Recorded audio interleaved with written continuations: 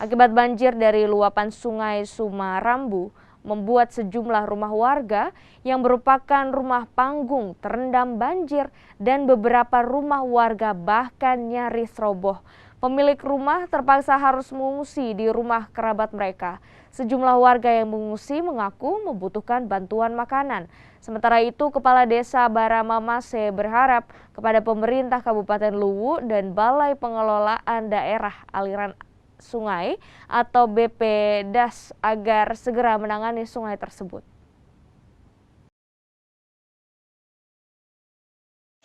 Kapan kejadiannya ini, Bu?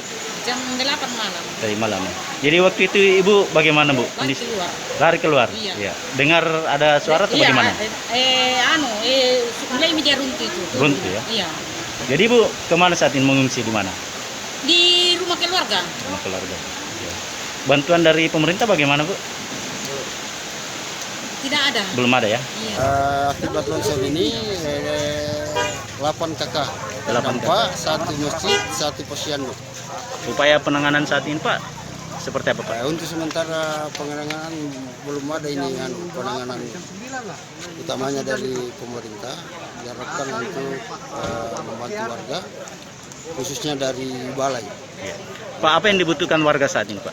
Saat ini warga membutuhkan logistik, ya, Bahan makanan ya? bahan makanan untuk mereka karena dia sudah mengungsi ke rumah-rumah keluarga.